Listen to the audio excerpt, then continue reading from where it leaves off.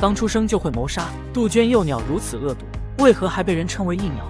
你知道杜鹃鸟吗？从古至今，我国出现了许多描写它们的诗句，并且杜鹃鸟在人们心中一直都是以正面形象出现的。但是你敢相信吗？其实杜鹃鸟并不像人们想象的那么单纯无害，它们甚至还会做出一些令人震惊的行为。这究竟是怎么回事呢？在人们对杜鹃的观察中发现，处在哺乳期的雌性杜鹃并不会亲自抚养幼崽，而是将它们产下的鸟蛋分散放在其他鸟类的巢穴中。也就是说，杜鹃会给自己的幼崽找一个养母，但这并不是最重要的。对于杜鹃幼鸟来说，它们从出生开始就会对同巢穴中的其他幼鸟造成威胁。一旦杜鹃幼鸟破壳而出，它们便会争夺养母带回的食物，甚至不惜将其他幼鸟推出巢穴。对于还没有学会飞行的幼鸟来说，这无异于置它们于死地。既然如此，那么杜鹃幼鸟的天性真的就如此恶毒吗？虽然在我们眼里，杜鹃幼鸟的这种行为可以称得上是残忍，但其实对于它们来说，这只是为了努力活下去的天性而已。只有竞争对手减少，它们才能够获得更多的食物。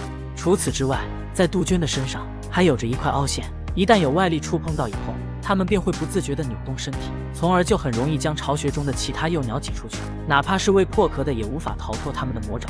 为什么杜鹃会选择借巢生子？难道它们不能自己抚养吗？相信对于自然界中的大部分雌性生物来说，将自己的幼崽带在身边才是最放心的，这样既能够用心养育后代，也能够将它们保护得很好，从而提高它们的存活率。但是杜鹃却不这么认为，它们会将自己产下的卵全部放在其他鸟类的巢穴中。既然如此，它们为什么要这么做呢？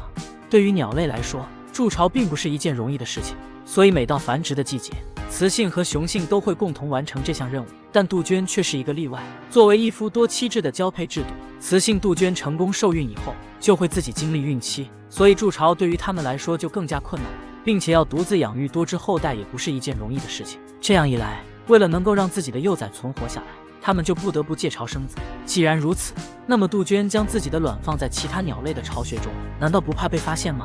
其实杜鹃为了让自己的幼崽更好的出生，也费了不少功夫。它们每次可以产下10到12颗卵，会根据鸟蛋的形状来选择比较相似的巢穴分别投放。就算鸟蛋时期没有被发现，那么当它们破壳而出后，也不会被发现吗？由于杜鹃的体型比其他鸟类都要大，所以它们所需要的食物也比较多，所以在它们破壳而出后，就会想尽办法让竞争对手消失，这样一来就能够获得养母全部的爱。就算此时它们的身份被怀疑，寄养家庭的雌性也不敢轻易伤害它们。等到它们的身份完全暴露，杜鹃幼鸟就已经学会了飞翔，所以养母想要报仇也毫无办法。既然杜鹃鸟如此恶毒，为什么人们还总是称赞它们？对于被杜鹃伤害过的鸟类来说，它们的这种行为必然是十分可恶的，但是对于杜鹃来说，也只是想让自己的后代安全地活下去。所以现在不同的立场看待问题，也会找到不一样的答案。所以要搞清楚杜鹃的这种行为是否算得上恶毒，我们还是要从客观的角度来考虑。